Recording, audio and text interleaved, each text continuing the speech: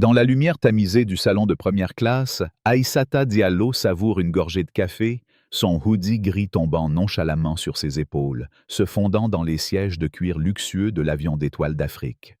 L'odeur du café fraîchement moulu et du parfum coûteux flotte dans l'air, un cocon de confort à 35 000 pieds d'altitude, quelque part entre Paris et Johannesburg.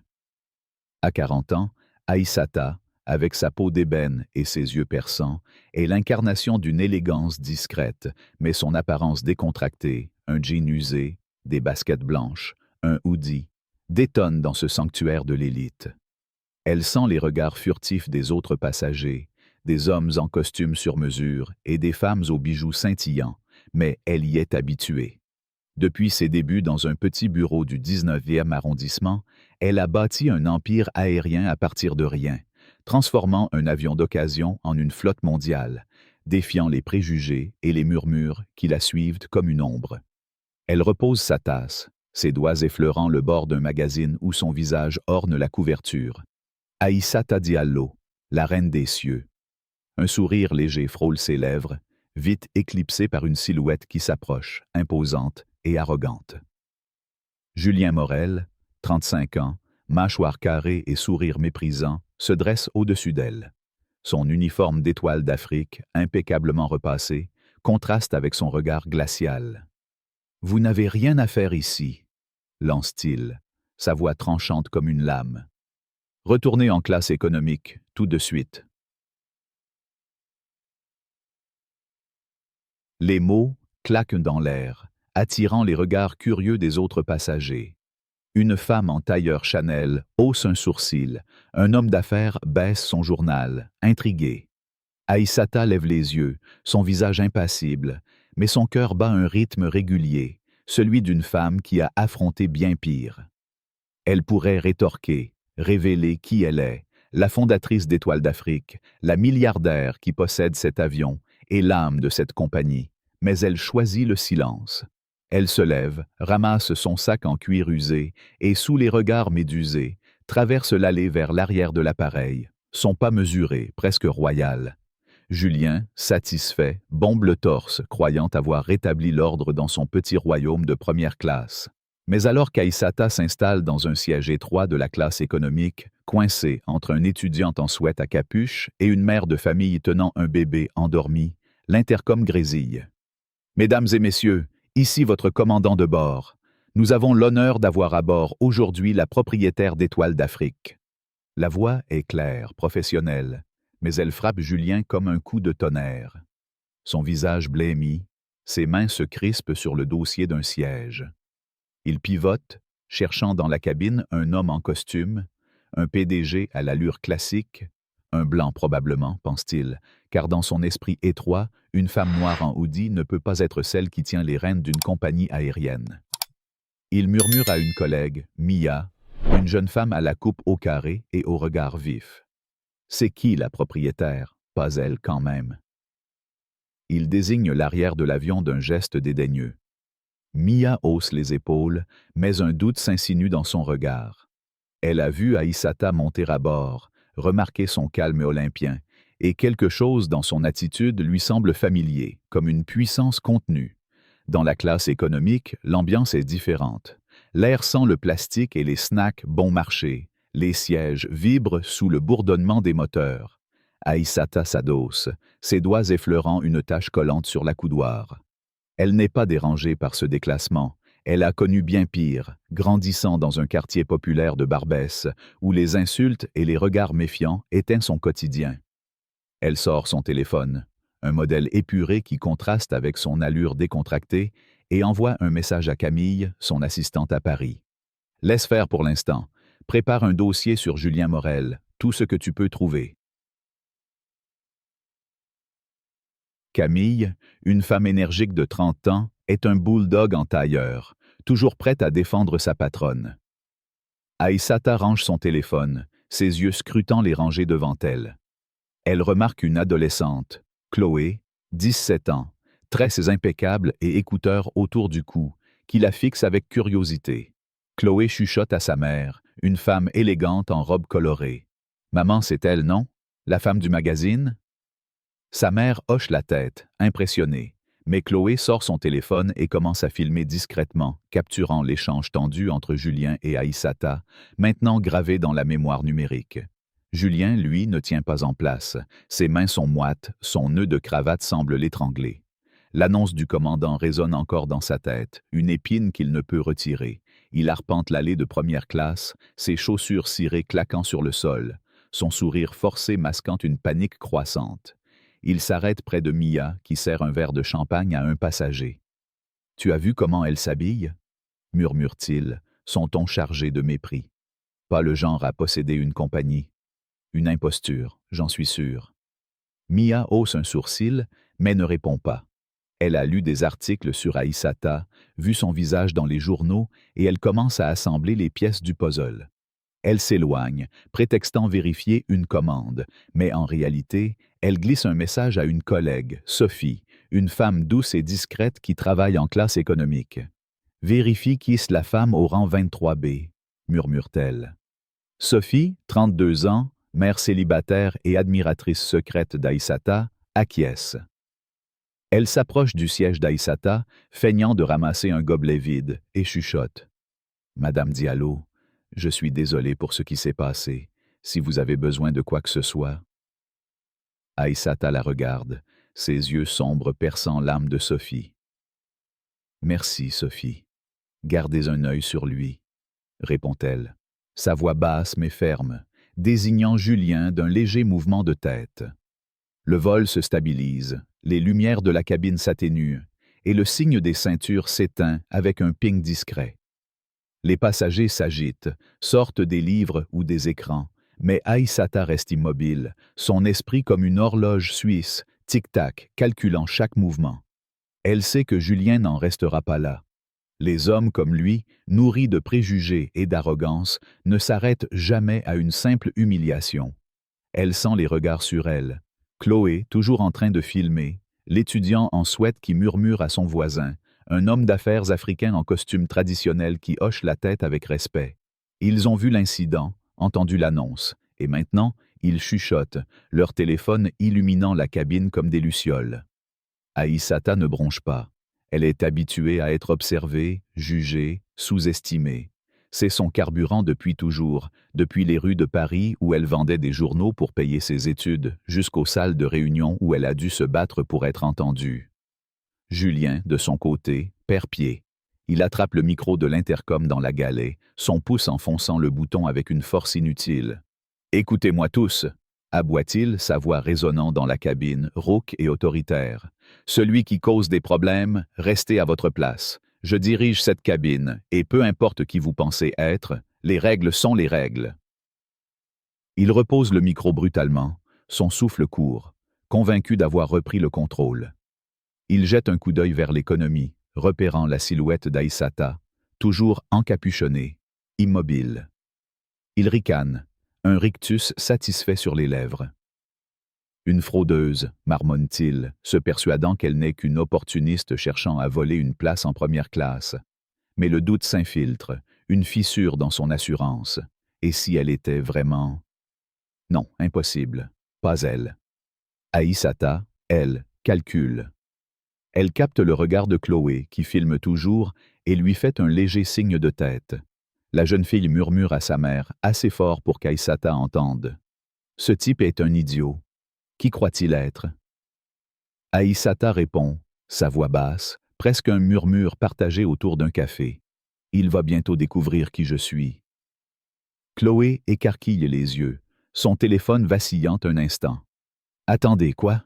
balbutie-t-elle, mais Aïssata est déjà sur son téléphone, tapant un message rapide à Camille. « Lance le dossier. Maintenant. » Quelques minutes plus tard, la cabine s'anime comme une ruche dérangée.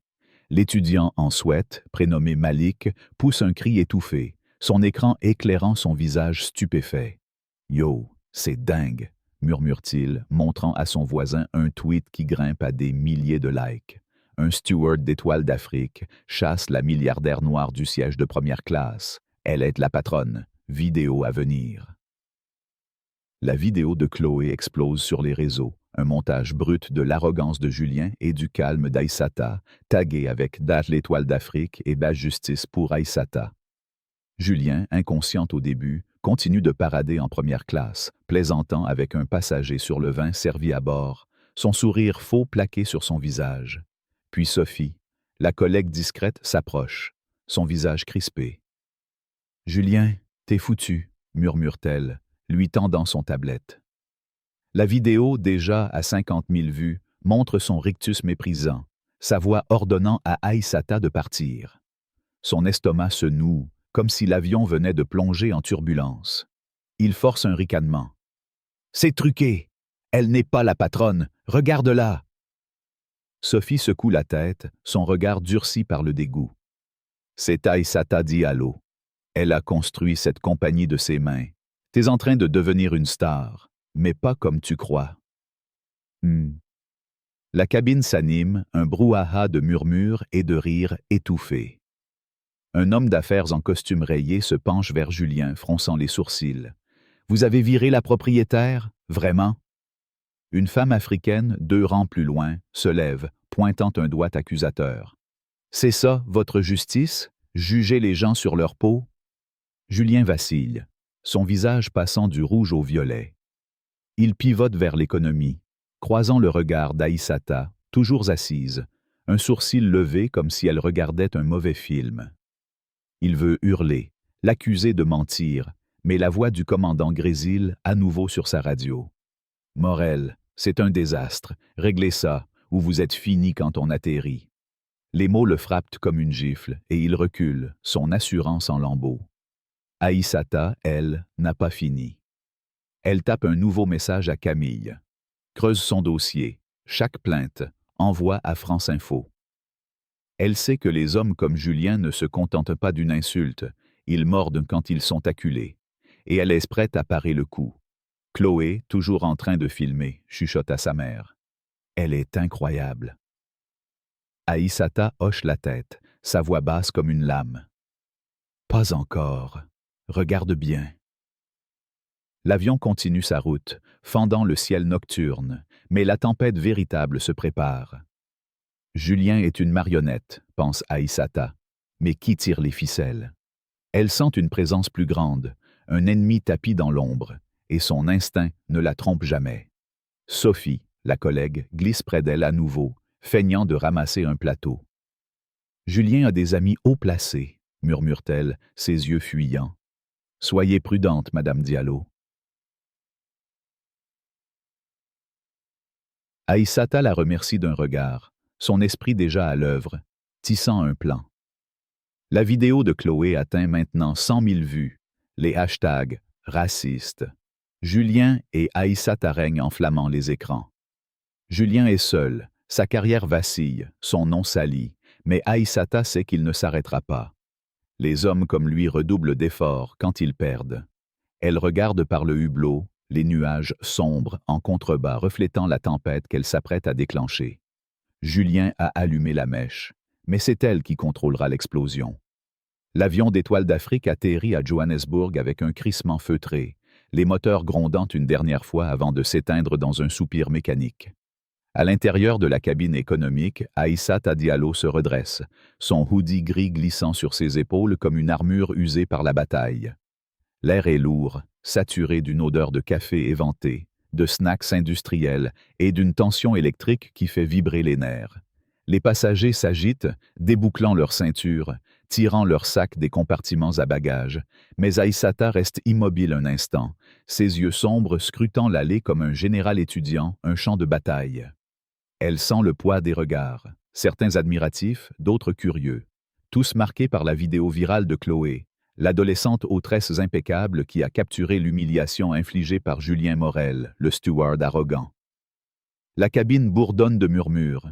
« C'est elle, la patronne », chuchote Malik, l'étudiant en sweat à capuche, à sa voisine, une femme d'affaires en tailleur wax qui hoche la tête avec respect. La mère de Chloé, Awa, serre son bébé endormi contre sa poitrine, un sourire fier aux lèvres. « Vous l'avez cloué sur place », lance-t-elle à Aïssata, sa voix teintée d'un accent sénégalais chaleureux. Aïssata hoche la tête, un éclat discret dans le regard, mais son esprit est ailleurs, déjà en alerte. Julien n'est pas qu'un pion arrogant. Son mépris porte l'odeur d'un complot plus vaste, et elle le sent dans ses tripes, affûtée par des années de lutte dans les rues de Barbès et les salles de réunion parisiennes. Elle ajuste son sac en cuir usé, ses sneakers blanches foulant le tapis râpé de l'avion alors qu'elle avance vers la passerelle. Le soleil sud-africain, brûlant et implacable, inonde la cabine lorsque les portes s'ouvrent, projetant une lumière dorée qui contraste avec l'atmosphère tendue. Aïssata inspire profondément, savourant cet instant de liberté éphémère, mais son instinct, forgé dans l'adversité, lui murmure un avertissement. Julien n'en restera pas là. Les hommes comme lui, nourris de préjugés et d'une arrogance qui masque leur insécurité, ne s'arrêtent jamais à une simple humiliation. Elle sort son téléphone, un modèle épuré qui jure avec son allure décontractée, et envoie un message à Camille, son assistante à Paris. « Surveille tout, ils vont frapper fort. Prépare le dossier sur Morel, chaque détail. » Camille, une femme de 30 ans, un bulldog en tailleur Chanel, est déjà sur le pied de guerre, ses doigts volant sur son clavier dans un bureau du 8e arrondissement, mobilisant avocats et contacts. Aïssata range son téléphone, ses yeux balayant la foule des passagers qui s'écartent légèrement à son passage. Certains applaudissent, d'autres prennent des photos, leurs téléphones scintillant comme des lucioles. Une femme en robe wax, tenant un panier de fruits, crie « Vous êtes notre reine, Aïssata !» Aïssata esquisse un sourire, un geste rare mais sincère, mais son esprit calcule, anticipe, prêt pour le prochain coup. Dans la cabine de première classe, Julien Morel traîne près de la galée, son uniforme froissé, ses yeux injectés de sang après des heures à ruminer. La radio clipsée à sa ceinture est encore chaude, témoin de son appel désespéré à des contacts à Johannesburg. Il a menti, inventé une histoire de passagère perturbatrice, une fraudeuse se faisant passer pour la propriétaire d'Étoile d'Afrique, espérant la faire tomber avant que la vérité ne l'écrase. Son rictus, autrefois arrogant, est maintenant crispé, un mélange de peur et de défi. Il ajuste sa cravate, tente de lisser ses cheveux humides de sueur, et murmure à Mia, la collègue à la coupe au carré et au regard vif. « Elle ne s'en sortira pas comme ça. J'ai des amis ici. » Mia, écœurée par son comportement, s'éloigne sans un mot, rejoignant Sophie, l'hôtesse discrète qui travaille en classe économique. Sophie, 32 ans, mère célibataire et admiratrice secrète d'Aïssata, chuchote. Il a appelé la sécurité. Ils vont l'arrêter. Mia secoue la tête, son dégoût palpable. Il est fini, Sophie. Elle, non, elle est plus grande que lui. Sophie acquiesce, ses yeux brillants d'une détermination nouvelle. Elle a lu les articles sur Aïssata, vu son visage sur les couvertures de magazines comme Forbes France, et elle sait que cette femme ne plie pas facilement. Aïssata franchit le seuil du terminal, l'air conditionné la frappant comme une gifle froide après la chaleur étouffante de la passerelle. Les applaudissements des passagers s'estompent, remplacés par un silence inquiétant, presque surnaturel. 5 gardes de sécurité, en uniforme gris rigide, surgissent de nulle part, leurs bottes claquant sur le carrelage poli du hall. Le chef, un homme massif au crâne rasé, un badge indiquant « s'il faut », lève une main autoritaire. « Madame, arrêtez-vous immédiatement », aboie-t-il, sa voix grave résonnant comme un coup de tonnerre. Aïssata s'immobilise, son sac glissant légèrement sur son épaule, son pouls s'accélérant mais son visage restant impassible. « De quoi s'agit-il » demande-t-elle, sa voix calme mais tranchante comme une lame de Damas, ses yeux scrutant les holsters des gardes, leur regard dur, presque mécanique. Ses faux plissent les yeux, son ton inflexible. « Vous êtes en état d'arrestation, soupçon d'usurpation d'identité, prétendant être la propriétaire d'Étoile d'Afrique. Main visible, maintenant. » Le terminal explose en murmures, les téléphones des passagers s'allumant comme un essaim de lucioles, filmant la scène. Aïssata sent le métal froid des menottes mordre ses poignets, mais elle ne cille pas, ne proteste pas. Elle croise le regard de Sifo, sa voix coupante comme du verre. « Vous faites une erreur colossale. Vérifiez vos informations. » Kentam. Il ricane, un son sec et méprisant, et la tire vers un couloir latéral, la foule s'écartant comme une mère blessée. « Dites ça au chef », marmonne-t-il, tandis que des cris s'élèvent. « Laissez-la partir, c'est la patronne !» À travers une vitre, Aïssata aperçoit Julien, tapi près de la porte, un sourire de requin étirant ses lèvres, ses bras croisés comme s'il venait de remporter un tournoi. Elle comprend instantanément. C'est son coup. Il a transformé son humiliation publique, capturée par la vidéo de Chloé, en un piège vicieux, utilisant son mensonge pour la faire tomber. Les gardes l'entraînent à travers un dédale de couloirs, les néons bourdonnant au-dessus, l'air saturé d'une odeur aigre de sueur et de bureaucratie. Les passagers suivent à distance, filmant, criant, mais les gardes restent impassibles, leurs visages taillés dans la pierre. Aïssata est poussée dans un ascenseur, les portes se refermant avec un claquement métallique, et ils descendent 2 étages jusqu'à un sous-sol, un tombeau de béton gris où l'air est épais, chargé d'humidité et de désespoir. La salle de détention est une cage misérable, murs écaillés, une ampoule vacillante suspendue au plafond, un banc métallique vissé au sol. Saifo détache ses menottes, la pousse à l'intérieur, et la porte claque, le verrou cliquant avec une finalité sinistre. « Attendez ici », grogne-t-il, disparaissant avec ses hommes, leurs bottes résonnant dans le couloir. Aïssata frotte ses poignets, des marques rouges apparaissant là où l'acier a mordu sa peau. Elle arpente la pièce minuscule, ses sneakers raclant le sol crasseux, chaque pas mesuré, chaque souffle calculé. Ce n'est pas juste une question de siège, elle le sait. C'est systémique, une machine conçue pour l'écraser. Et Julien n'est qu'un pion, un outil entre les mains d'un joueur plus puissant. Elle repère un clou rouillé dépassant du banc, le libère avec ses doigts agiles, et commence à graver sur le mur, ses gestes précis malgré la pénombre. Aïssata Diallo, propriétaire Étoile d'Afrique, appelée Camille, Paris. C'est un pari risqué, un message dans une bouteille jetée dans un océan de chaos, mais elle a joué des coups plus audacieux.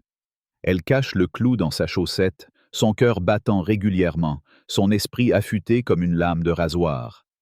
Elle sait que Camille est à l'œuvre, que Chloé et sa mère continuent de filmer, que Sophie, l'hôtesse discrète, pourrait être une alliée inattendue. Elle s'assoit sur le banc, droite comme une reine malgré la crasse, attendant le prochain coup, son esprit tissant un plan comme un tisserand patient. Les minutes s'étirent, le silence oppressant, ponctué seulement par le bourdonnement de l'ampoule et le lointain cliquetis d'un chariot de ménage. Aïssata ferme les yeux un instant, se remémorant ses débuts à Paris, dans un petit bureau du 19e arrondissement, où elle négociait avec des banquiers sceptiques qui riaient de son ambition. Une femme noire, une compagnie aérienne, avait-il ricané. Elle les avait fait taire, un contrat à la fois, un avion à la fois, jusqu'à ce qu'Étoile d'Afrique devienne un géant des cieux. Cette cellule n'est qu'un autre obstacle, un autre ricanement à faire taire. Un bruit de pas, léger et hésitant, interrompt ses pensées.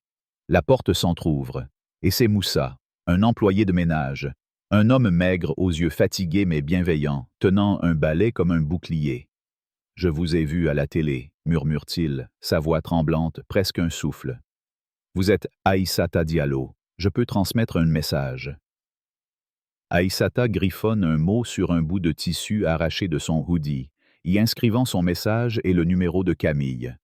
« Donnez ça à quelqu'un dehors », dit-elle, ses yeux plantés dans les siens, transmettant une confiance qu'il ne peut ignorer. Moussa hoche la tête, glissant le tissu dans sa poche, et disparaît comme une ombre, la porte se refermant dans un clic discret. Elle est seule à nouveau, mais le fil de l'espoir est ténu, réel. Elle sait que Camille, à Paris, est une tornade d'efficacité, capable de mobiliser une armée d'avocats et de contacts en un claquement de doigts. Ce que Aïssata ignore, c'est que Julien, poussé par une force plus sombre, a déjà mis en branle un plan plus vaste. Dans le terminal, il savoure son triomphe éphémère, croyant avoir cloué Aïssata dans une cage dont elle ne sortira pas. Mais son assurance vacille lorsqu'il voit la vidéo de Chloé grimper à 1 million de vues. Les hashtags #RacisteJulien et #Justice pour Aïssata dominant les réseaux sociaux comme une tempête numérique. Il attrape Sophie dans un couloir, son souffle chaud de panique. « Tu savais qui elle était, hein ?» grogne-t-il, ses yeux brillants d'une rage mal contenue. Sophie le fixe, son regard durci par le dégoût. Tu t'es fait ça tout seul, Julien. Elle est plus grande que toi, et tu le sais. Elle s'éloigne, mais pas avant de murmurer à Mia. Il a appelé un type, Victorien Dubois, un actionnaire. Ça va mal tourner.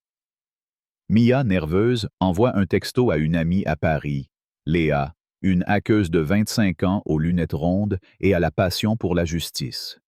Vérifie les connexions de Julien Morel. Vite, écrit-elle. Léa, depuis son petit appartement du Marais, se met au travail, ses doigts dansant sur son clavier comme une pianiste virtuose. Elle découvre une piste.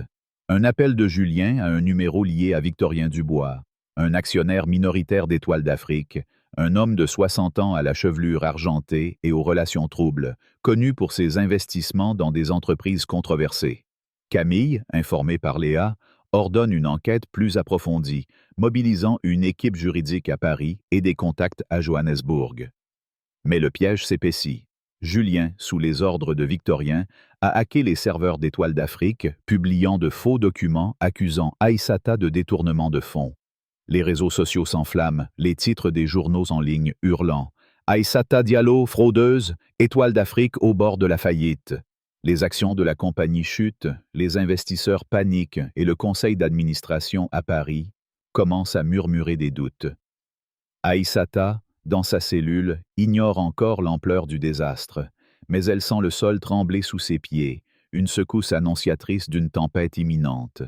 Un bruit de pas lourd interrompt ses pensées. La porte s'ouvre et c'est Julien, seul, son uniforme défait, ses cheveux collés par la sueur, ses yeux brillants d'un triomphe maniaque. « Pas si puissante maintenant, hein ?» ricane-t-il, s'appuyant contre le cadre de la porte, sa voix dégoulinante de venin.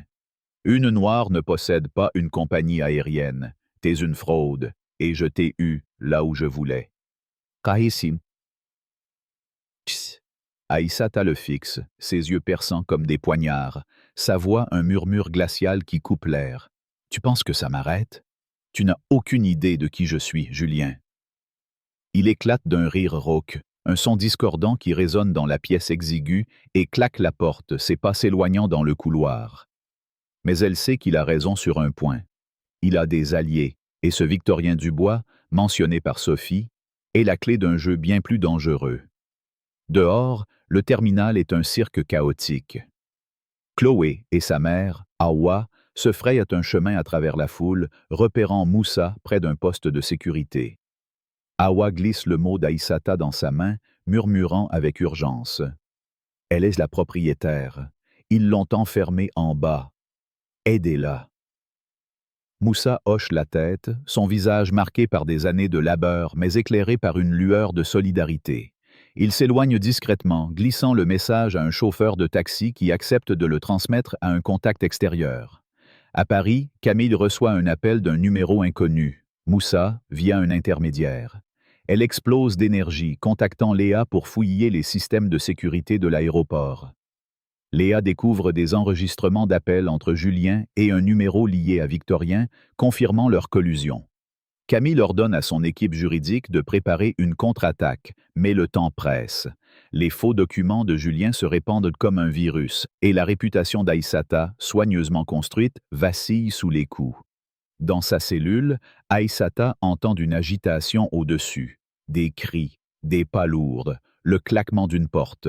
La porte de sa cage s'ouvre à nouveau, et c'est Saifo, le garde, qui jette un sandwich rassis sur le banc. Pas de coup de fil. Rien, grogne-t-il, son sourire narquois la défiant de craquer. Elle le fixe, immobile, son regard si intense qu'il détourne les yeux, mal à l'aise, avant de partir. Elle déchire le sandwich, éparpillant les miettes sur le sol comme une traînée, un geste pour marquer le temps, pour rester lucide. Elle grave un mot de plus sur le mur, urgent. Puis, un nouveau bruit, des pas précipités.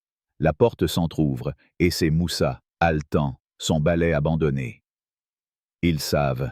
Vos avocats arrivent », murmure-t-il, ses yeux brillant d'une lueur d'espoir. Aïssata hoche la tête, son cœur battant plus fort.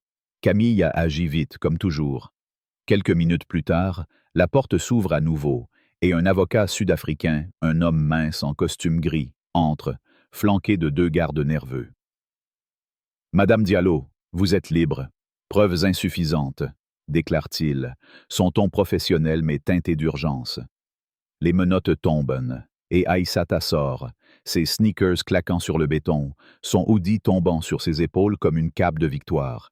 Mais à l'extérieur, le terminal est un chaos.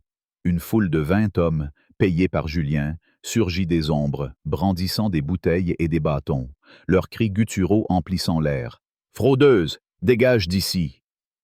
Aïssata, escortée par l'avocat, esquive une bouteille qui s'écrase à ses pieds, le verre explosant sur l'asphalte. Elle repère Chloé, toujours en train de filmer, et lui fait signe de continuer, sa voix basse mais ferme. « Ne t'arrête pas, petite. » La foule se rapproche, leurs visages tordus par la rage, mais Moussa, Awa et quelques passagers courageux forment un bouclier humain, leur donnant le temps de s'enfuir. Aïssata et son avocat sprintent vers une sortie latérale, plongeant dans une ruelle derrière l'aéroport. L'air est épais, chargé de poussière et de fumée, l'odeur âcre des ordures brûlées emplissant leurs poumons. Elle sait que Julien, avec l'aide de Victorien Dubois, a transformé son triomphe en un cauchemar. Son téléphone vibre, un message de Camille. Hack confirmé. Faux documents partout. Actions en chute. On contre-attaque. Aïssata, haletante, murmure à l'avocat. « Trouvez-moi un taxi, on va à Paris. » Mais dans l'ombre, elle sent les griffes de Julien, plus acérées, plus profondes, et celles de Victorien, un prédateur bien plus dangereux, tapi dans l'obscurité. La ruelle s'étend devant elle, un labyrinthe de dangers, et Aïssata sait que la guerre ne fait que commencer. Elle serre le clou dans sa chaussette, son regard dur comme l'acier, prête à affronter ce qui l'attend. Le ciel parisien, gris et chargé de pluie, s'étend comme un voile funèbre au-dessus de l'aéroport Charles de Gaulle, lorsque Aïssata Diallo pose le pied sur le tarmac, son hoodie gris taché de sueur et de poussière, ses sneakers blanches marquées par la fuite éperdue dans les ruelles de Johannesburg. L'air est frais, presque mordant, contrastant avec la chaleur suffocante qu'elle a laissée derrière elle. Son visage, impassible mais marqué par la fatigue, trahit une détermination d'acier, celle d'une femme qui a survécu à une tempête orchestrée pour la détruire. Dans sa poche, son téléphone vibre sans relâche. Message de Camille, son assistante fidèle, rapport de Léa, la hackeuse, et appel manqué d'un numéro inconnu. Probablement Étienne, le journaliste qui a promis de creuser les liens troubles de Victorien Dubois, l'actionnaire qui tire les ficelles derrière Julien Morel. Aïssata ignore les vibrations, ses yeux scrutant le terminal bondé où des voyageurs pressés se croisent sans la reconnaître. Elle n'est plus la femme humiliée dans l'avion, ni la prisonnière d'une cellule sud-africaine. Elle est une stratège, une reine prête à reprendre son trône. Mais le piège tendu par Julien et Victorien s'est refermé comme un étau. De faux documents accusant Aïssata de détournement de fonds ont inondé les réseaux, les actions d'Étoile d'Afrique dégringolent. Et le conseil d'administration, nerveux, murmure des mots comme « destitution » et « crise ». Elle sait que le temps joue contre elle, mais Aïssata Diallo n'a jamais été du genre à plier. Elle traverse le terminal, ignorant les regards curieux des agents de sécurité et des voyageurs qui chuchotent en reconnaissant son visage, celui de la femme qui a défié un steward raciste et survécu à une arrestation injuste. Une limousine noire l'attend à la sortie, envoyée par Camille, et Aïssata s'y glisse, son sac en cuir usé tombant sur le siège en cuir lisse. Le chauffeur, un homme discret nommé Pierre, hoche la tête avec respect. « À votre bureau, Madame Diallo ?» demande-t-il, son ton teinté d'une admiration contenue. « Oui, et vite », répond-elle, sa voix basse mais ferme, ses doigts déjà sur son téléphone pour envoyer un message à Camille. Réunion d'urgence, conseil, maintenant. À Paris, dans un immeuble haussmannien du 8e arrondissement, Camille est une tornade d'énergie, coordonnant avocat, analyste financier et Léa, qui fouille sans relâche les serveurs d'Étoile d'Afrique pour traquer l'origine du hack. Aïssata ferme les yeux un instant, le ronronnement du moteur apaisant ses nerfs à vif. Elle visualise le conseil d'administration, ces hommes et femmes en costumes coûteux qui l'ont toujours regardée avec un mélange de méfiance et d'admiration, prêts à la trahir au premier signe de faiblesse. Elle sait qu'il doute, mais elle a un plan, un coup d'échec audacieux qu'elle peaufine depuis la cellule de Johannesburg. Au siège d'Étoile d'Afrique, l'atmosphère est électrique. Les employés murmurent dans les couloirs, leurs écrans affichant des titres alarmants. Étoile d'Afrique au bord du gouffre. Aïssata Diallo accusée de fraude. Camille, en tailleur noir, arpente la salle de réunion comme une générale, ses talons claquant sur le parquet ciré. Elle a rassemblé une équipe réduite mais loyale. Léa, la hackeuse, dont les lunettes rondes glissent sur son nez tandis qu'elle tape frénétiquement sur son ordinateur. Amadou, un jeune avocat sénégalais fraîchement diplômé de la Sorbonne, dont les yeux brillent d'une ambition féroce. Et Étienne, le journaliste indépendant, un homme dégingandé au regard perçant, qui a suivi la piste de Victorien Dubois jusqu'à des comptes offshore et des contrats douteux. Ils ont tout orchestré, explique Léa, ses doigts pointant un écran où des lignes de code révèlent l'empreinte numérique de Julien. Il a utilisé un serveur pirate pour diffuser les faux documents, mais Victorien est le cerveau. Il a financé le hack, payé les gardes à Johannesburg, et il a des contacts dans la presse pour amplifier la crise. Aïssata, arrivée entre-temps, écoute en silence, son hoodie contrastant avec l'élégance austère de la salle. Elle hoche la tête, sa voix coupante comme une lame. Alors, on les brise, tous les deux. Le conseil d'administration entre, leurs visages tendus, leurs murmures trahissant une panique mal dissimulée. Claire Beaumont, une femme d'une cinquantaine d'années aux cheveux blonds impeccablement coiffés, prend la parole en première, son ton glacial. « Madame Diallo, les accusations sont graves. Les investisseurs s'affolent, les actions chutent. Comment expliquez-vous cela ?» Aïssata la fixe, son regard si intense que Claire détourne les yeux. « Ce sont des mensonges, Claire, orchestrés par Julien Morel et Victorien Dubois. J'ai des preuves. » Elle fait signe à Léa qui projette sur un écran des captures des communications entre Julien et Victorien, des relevés bancaires montrant des paiements à des hackers et des gardes sud-africains, et une vidéo de surveillance de l'aéroport capturant Julien en train de donner des instructions à Sifo, le chef de la sécurité. Les membres du conseil, d'abord sceptiques, s'agitent, murmurant entre eux. Aïssata lève une main, imposant le silence. « Étoile d'Afrique est ma création. Je ne la laisserai pas tomber. Et je ne vous laisserai pas douter de moi. Voici ce que nous allons faire. » Son plan est audacieux, presque insensé. Elle propose de vendre Étoile d'Afrique à un consortium international avant que les actions ne s'effondrent totalement, utilisant les fonds pour racheter discrètement la holding de Victorien Dubois, un empire immobilier et financier qui, selon Étienne, repose sur des bases fragiles. « On le renverse de l'intérieur, explique-t-elle, sa voix vibrante d'une assurance qui galvanise la salle. On achète ses dettes, ses actifs, et on le laisse nu. » Amadou, l'avocat, ajoute une pièce au puzzle. Il a découvert que Victorien a financé des campagnes de désinformation raciste dans plusieurs pays, des faits qu'il peut porter devant un tribunal international. « On peut le traîner en justice, le ruiner légalement, déclare-t-il, ses lunettes brillant sous les néons. Le conseil, impressionné mais hésitant, accepte à contre-cœur, sous la pression du regard d'Aïssata, qui semble capable de faire plier le destin lui-même. Les jours suivants sont une course contre la montre. Camille coordonne la vente d'Étoile d'Afrique, négociant avec des acheteurs chinois et qataris qui sautent sur l'occasion d'acquérir une compagnie aérienne prestigieuse à un prix bradé.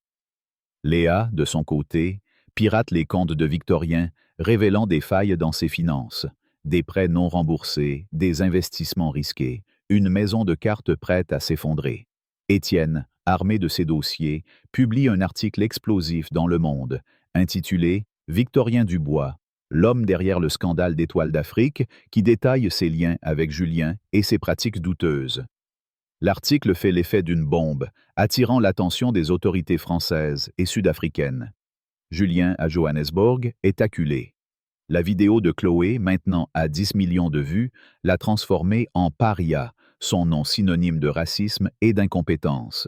Il tente de fuir, réservant un vol pour Dubaï, mais Sophie, l'hôtesse discrète, alerte la police, qui l'arrête à l'aéroport pour complicité dans une tentative de diffamation criminelle. Aïssata, elle, ne savoure pas encore la victoire. Elle sait que Victorien, un prédateur rusé, ne tombera pas sans un dernier coup. Elle reçoit un message anonyme. Vous ne gagnerez pas. Quittez Paris ou vous le regretterez.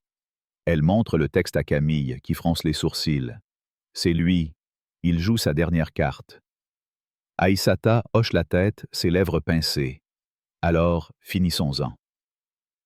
Avec l'aide d'Amadou, elle dépose une plainte contre Victorien devant la Cour pénale internationale, l'accusant de financement de campagnes discriminatoires et de corruption.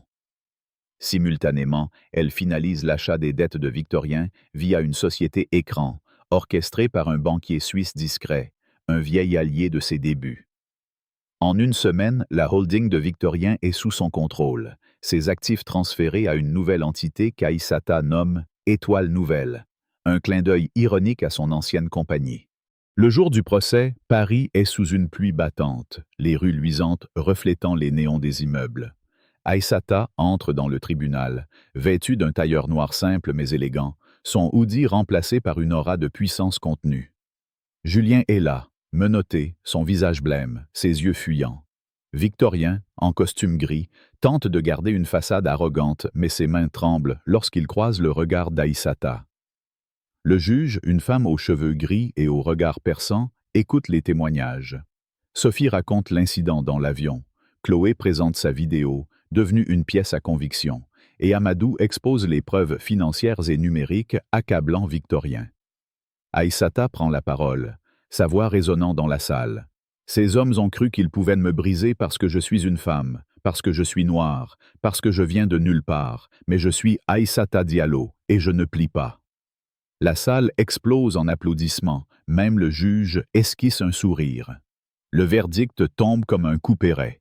Julien est condamné à 5 ans de prison pour diffamation criminelle et complicité dans une tentative de corruption. Victorien, ruiné financièrement et moralement, est condamné à 10 ans pour financement de campagnes discriminatoires et fraude.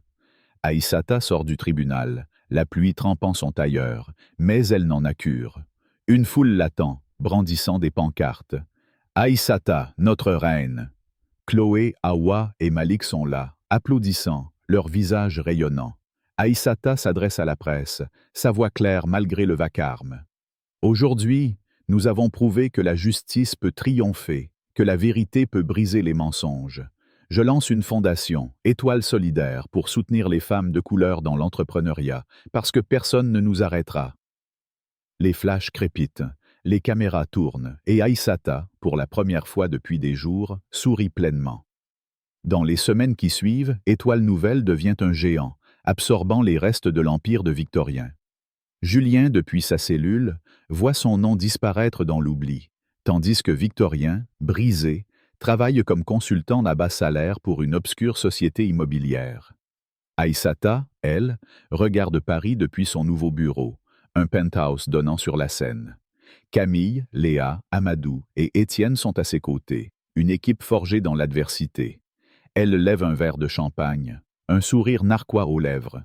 « À la victoire !» dit-elle, et ils trinquent, leur rire emplissant la pièce. Dehors, la pluie s'est arrêtée, et un arc-en-ciel perce les nuages, comme un écho de sa résilience. Aïssata Diallo, née dans les rues de Barbès, reine des cieux, a transformé l'humiliation en triomphe, prouvant que même les tempêtes les plus sombres ne peuvent éteindre une étoile. L'histoire d'Aïssata Diallo, tissée à travers les 3 chapitres de cette saga captivante, transcende le simple récit d'un triomphe face à l'adversité pour devenir une fresque humaine vibrante, profondément enracinée dans les valeurs de résilience, d'intelligence stratégique et de solidarité. Ces valeurs résonnent avec une force particulière dans le contexte de la culture française, où les idéaux de liberté, égalité, fraternité sont des piliers fondamentaux, mais où les combats contre les préjugés et les injustices restent une réalité quotidienne pour beaucoup. À travers les épreuves d'Aïssata, l'humiliation publique dans l'avion par Julien Morel, l'arrestation injuste à Johannesburg et la lutte acharnée contre un complot orchestré par Victorien Dubois, nous découvrons des leçons universelles, applicables à nos propres vies, qu'il s'agisse de surmonter des obstacles personnels, de naviguer dans des environnements hostiles ou de défendre nos convictions avec une dignité inébranlable. En tant que Français, nous chérissons l'idée d'une société juste, mais l'histoire d'Aïssata nous rappelle que cette justice exige un engagement constant, une vigilance sans faille et une communauté unie pour se concrétiser pleinement. Analysons les enseignements qu'elle nous offre et comment ils peuvent éclairer notre quotidien. D'abord, la résilience d'Aïssata face à l'injustice est une leçon magistrale. Lorsqu'elle est chassée de son siège de première classe par Julien sous les regards curieux des autres passagers, elle ne cède ni à la colère ni à l'indignation immédiate, contrairement à ce que beaucoup auraient fait dans un tel moment de honte publique. Elle choisit le silence, un silence stratégique, celui d'une femme qui sait que la véritable victoire ne se gagne pas dans l'éclat d'une confrontation impulsive, mais dans la patience et la planification méthodique. Ce choix reflète une qualité profondément admirée dans la culture française. La maîtrise de soi, cette capacité à rester digne face à l'adversité, à l'image de figures historiques comme Simone Veil, qui a surmonté les horreurs de la guerre et les discriminations avec une élégance morale inégalée. Dans nos vies, cette résilience peut se traduire par la capacité à encaisser une critique injuste au travail sans perdre notre sang-froid, à répondre à une insulte raciale ou sexiste avec un calme qui désarme, ou à persévérer face à un échec personnel en gardant les yeux fixés sur l'objectif. Aïssata nous enseigne que la force véritable ne réside pas dans la réaction immédiate, mais dans la capacité à attendre le moment opportun pour agir, tout en tissant un plan solide dans l'ombre. Ensuite, l'intelligence stratégique d'Aïssata est une source d'inspiration. Face au complot de Julien et Victorien, elle ne se contente pas de réagir à leurs attaques, elle anticipe, elle construit, elle contre-attaque avec une précision chirurgicale. De la cellule de Johannesburg, où elle grave un message sur le mur pour alerter ses alliés, à la salle de réunion où elle convainc le conseil d'administration de vendre Étoile d'Afrique pour racheter l'empire de Victorien, Aïssata démontre une intelligence tactique qui rappelle les grands stratèges français comme Napoléon dans ses campagnes militaires ou les entrepreneurs visionnaires comme Bernard Arnault qui transforment les crises en opportunités. Cette approche est une leçon puissante pour nous tous. Dans un monde où les obstacles sont inévitables, la préparation et la stratégie sont des armes essentielles. Dans la vie quotidienne, cela peut se traduire par une planification minutieuse avant une négociation salariale, une étude approfondie pour un projet professionnel crucial, ou la construction d'un réseau de contacts avant de lancer une entreprise. Aïssata nous montre que l'intelligence brute ne suffit pas. Il faut la canaliser, la structurer et l'utiliser comme un levier pour renverser ceux qui cherchent à nous diminuer. Elle nous pousse à penser plusieurs coups à l'avance, à transformer les faiblesses apparentes en atouts, et à ne jamais sous-estimer le pouvoir d'un plan bien exécuté. La solidarité, un autre pilier de l'histoire d'Aïssata, est peut-être l'élément le plus émouvant de ce récit. Sans Camille, l'assistante infatigable, Léa, la hackeuse brillante, Amadou, l'avocat audacieux, Étienne, le journaliste tenace, Sophie, l'hôtesse discrète, Chloé, l'adolescente courageuse, Awa, sa mère déterminée, et même Moussa, l'employé de ménage au grand cœur, Aïssata n'aurait peut-être pas triomphé. Chacun, à sa manière, contribue à sa victoire. Camille avec son efficacité redoutable, Léa avec ses talents numériques, Amadou avec ses arguments juridiques, Chloé avec sa vidéo virale qui retourne l'opinion publique et Moussa avec un simple geste d'humanité qui fait basculer la situation. Cette solidarité incarne l'essence de la fraternité, un idéal cher à la France, visible dans les mouvements citoyens, les manifestations pour la justice sociale, ou les élans de générosité face aux crises. Dans nos vies, cette leçon nous rappelle l'importance de construire un réseau de personnes de confiance, de s'entourer de ceux qui partagent nos valeurs et sont prêts à nous soutenir dans les moments difficiles. Cela peut être un collègue qui prend notre défense face à une injustice au travail, un ami qui nous écoute dans une période de doute, ou un inconnu qui, comme Moussa, agit par pure empathie. Aïssata nous enseigne qu'aucune bataille ne se gagne seule, et que demander de l'aide n'est pas une faiblesse, mais une stratégie de victoire, une force multipliée par la confiance mutuelle. L'histoire d'Aïssata est aussi une méditation profonde sur la lutte contre les préjugés, un thème qui résonne dans une France contemporaine où les débats sur la diversité et l'inclusion sont au cœur des discussions sociétales. Julien et Victorien incarnent une mentalité étroite, celle qui juge sur l'apparence, la couleur de peau ou le statut social, incapable d'imaginer qu'une femme noire en hoodie puisse être la propriétaire d'une compagnie aérienne. Pourtant, Aïssata refuse de se laisser définir par leur regard. Elle transforme leur mépris en carburant, utilisant leur sous-estimation comme une arme pour les surpasser. Cette attitude est une leçon essentielle. Face aux stéréotypes, qu'ils soient raciaux, sexistes ou sociaux, nous devons affirmer notre valeur avec fierté, prouver par nos actions que les préjugés ne sont que des illusions fragiles. En France, où l'idéal républicain prône l'égalité, mais où les discriminations persistent dans les écoles, les entreprises et les espaces publics, l'exemple d'Aïssata nous pousse à tenir tête aux commentaires déplacés avec calme, à exceller dans des domaines où nous sommes sous-estimés et à inspirer les autres par notre persévérance. Cela peut se manifester par des gestes simples. Répondre avec assurance à une remarque discriminatoire, briller dans un projet malgré les doutes des autres, ou mentorer une personne confrontée aux mêmes obstacles. Enfin, Aïssata incarne l'audace et la vision, deux qualités célébrées dans la culture française, de l'esprit entrepreneurial de Xavier Niel à l'innovation artistique de Christian Dior. Vendre Étoile d'Afrique pour racheter l'empire de Victorien, créer une fondation pour soutenir les femmes de couleur et transformer une crise en triomphe. Ces choix audacieux montrent qu'Aïssata ne se contente pas de survivre, elle redessine le jeu à son avantage. Pour nous, cela signifie oser prendre des risques calculés, voir au-delà des obstacles immédiats et transformer les échecs en opportunités. Que ce soit en lançant une start-up, en changeant de carrière à un moment incertain, ou en défiant les conventions pour poursuivre un rêve, l'audace d'Aïssata nous inspire à viser plus grand, à ne pas craindre l'échec, mais à l'utiliser comme un tremplin vers de nouveaux horizons. Dans nos vies quotidiennes, ces leçons se traduisent par des actions concrètes. Face à une injustice, nous pouvons imiter la résilience d'Aïssata, en gardant notre calme et en préparant une réponse mesurée, comme lorsqu'on fait face à une critique injuste au travail ou dans un cercle social. Lors d'un défi professionnel ou personnel, nous pouvons adopter sa stratégie, en planifiant soigneusement et en anticipant les obstacles, que ce soit en préparant une présentation cruciale ou en organisant un projet communautaire.